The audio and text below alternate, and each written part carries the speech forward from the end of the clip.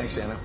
Fox News alert. 4 Marines shot dead in this morning. Officials identifying 24-year-old Mohammed Yusuf Abduliz as the attacker who opened fire on 2 military facilities. He was born in Kuwait, was a naturalized U.S. citizen. So what else do we know about him and his possible motive? Helping us sort it out is the president of the American Islamic Forum for Democracy and author of A Battle for the Soul of Islam, Dr. Zuhdi Jasser. Good morning to you. Joining us this morning, we appreciate you helping us try to dive a little bit deeper. What is your sense about what we should have been doing differently to try and stop some hateful crime like this? Well, Ed, you know, on our biggest Islamic holiday today, it's a solemn occasion to see my brothers and sisters in the Marines horrifically attacked by this terrorist. You know, this is not just terrorism, this is a war.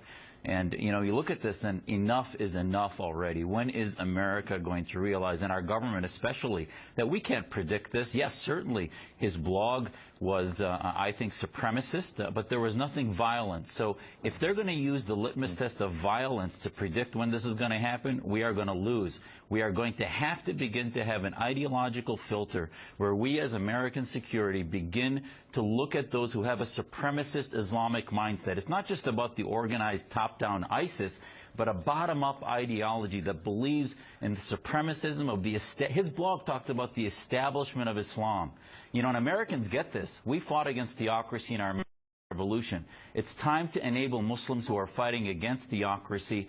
This type of radical became radical because he hated America, he hates our military, and he wanted to establish the Islamic State. Doctor, you make an important point. Let's look at that blog, because he didn't directly say that he was going to go forward with violence. He said troubling things such as, brothers and sisters, don't be fooled by your desires. This life is short and bitter, and the opportunity to submit to Allah may pass you by. His senior yearbook, meanwhile, also went into some of this, saying, my name causes national security alerts. What does yours do? Almost boasting about the fact that he was setting off national security alerts, but again, did not say or suggest that he was going to move forward with a tragic violence like this. Does the FBI have its hands tied right now because of the fact that they have a higher standard of actually going forward with surveillance?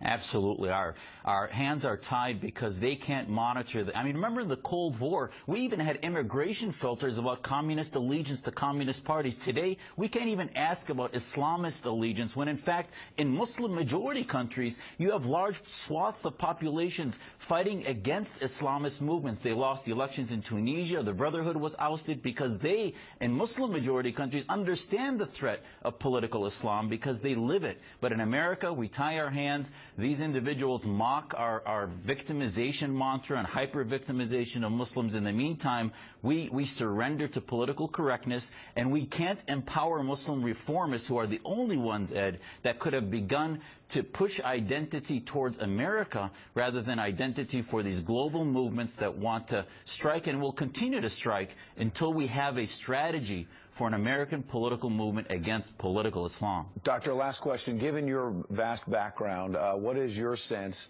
of the likelihood this was at least ISIS-inspired, if not a direct connection? And what is your message to moderate Muslims? What do they need to do? What do they need to say at a time like this to stop this senseless violence? Well, remember what ISIS represents. It represents an ideology that believes somewhere, somehow, everywhere it'll establish the Islamic State or Sharia or Islamic law. This is definitely part of that social global movement.